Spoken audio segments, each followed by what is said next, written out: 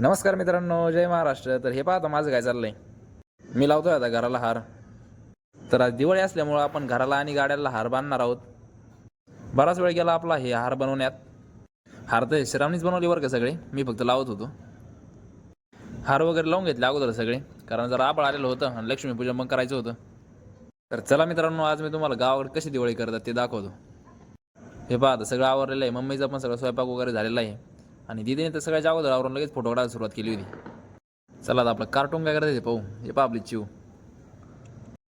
थोडा वेळ जरी घरात नसली ना तरी पण घराचं वातावरण एकदम शांत होऊन जातं. त्याच्यामुळे मी आता चिवला डायरेक्ट कार्टूनच म्हणतो. हे पाहिजे तात्या बसलेले आहेत. आताच घरासमोर त्यांनी गाड्या वगैरे लावलेल्या आहेत पूजेसाठी. तर मित्रांनो, आता आपल्याला पूजा करून घ्यायची आहे. हे पहा आता वातावरण पण जरा चेंज झालेलं आहे. पूर्ण पावसाचं वातावरण झालेलं आहे आणि अचानक लाईट पण जाऊ शकते. त्यामुळे आपण अगोदर पूजा करून घेऊ, गाडीला हार वगैरे लावू. आणि गावाकडे ही एक लय भारी स्कीम असते. 4 थेंब जरी झाले पावसाचे तरी पण लाईट लगेच जाते. कुणाचं काय तर कुणाचं काय. दीचं आणि श्रीरामचं नुसतं फोटो काढायचं काम चालू होतं. सगळ्याच्या अगोदर आवरलं आणि लगेच फोटो काढायला सुरुवात केली. मम्मीचं स्वयंपाक वगैरे बनून झालं होतं, मग लगेच काय तिने पण आवरून घेतलं. आणि मित्रांनो, ही अशी आमची पहिली दिवाळी होती की सगळ्यांनी नवीन कपडे घातलेले होते. सगळ्यांचं आवरलं म्हटल्यावर मग काय बाईने पण लगेच स्वयंपाक वगैरे झाकून ठेवला. म्हणे चला आता लगेच पूजा करून घेऊ. आणि मित्रांनो, जे व्हायचं होतं ते झालंच. आम्ही नेमकी गाड्या पूजायला बाहेर आलो आणि लगेच लाईट गेली. मग काय आम्ही केली गाडीची लाईट चालू. म्हणलं आता पाऊस जर आला तर मग सगळंच राहील. आणि तसं पण 2-4 थेंब चालूच झाले होते. श्रीरामने नारळ फोडून केली सुरुवात.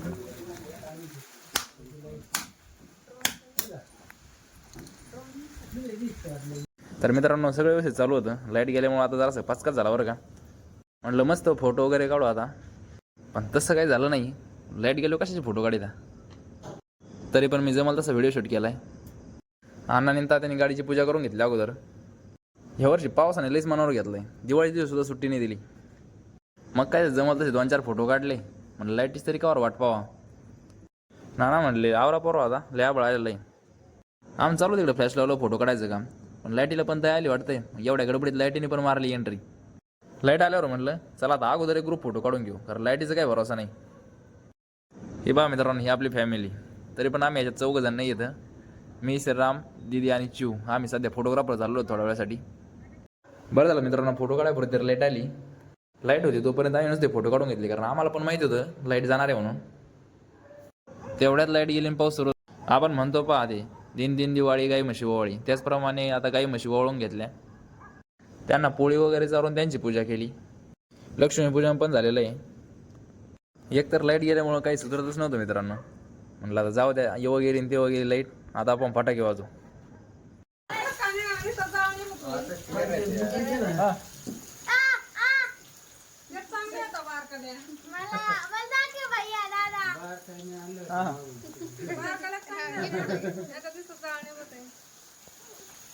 तुमचं नसते पेटत ना.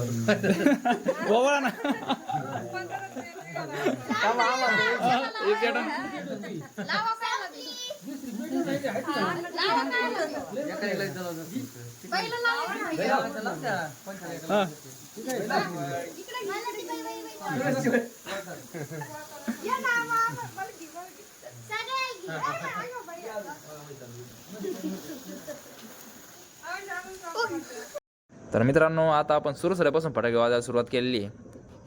आणि हे पहा, गावाकडे आम्ही पूर्ण फॅमिली सोबत फटाके वाजवतो. तरी पण पाऊस चालू आहे आणि लाईट पण नाही आहे. तर चला मित्रांनो, आता आपण जरासा मोठा फटाका लावू.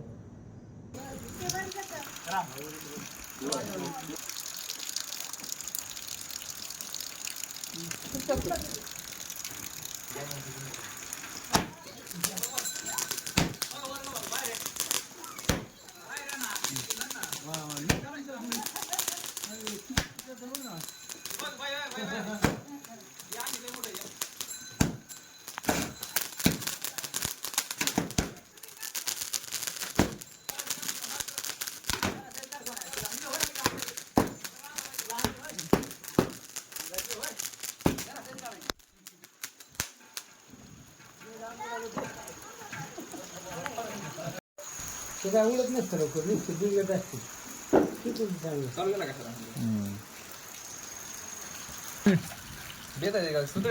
काय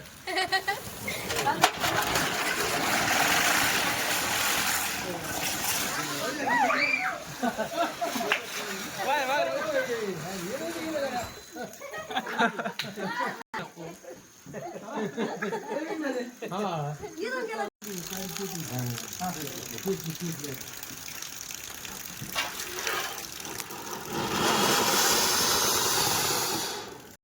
आता सगळे फटाके वगैरे वाजवून झाल्यानंतर आम्ही सर्वांनी सोबत बसून जेवण केले. अशा प्रकारे आपली दिवाळी खूप आनंदात गेली मित्रांनो. भेटूया मित्रांनो पुढच्या ब्लॉगमध्ये लवकरच.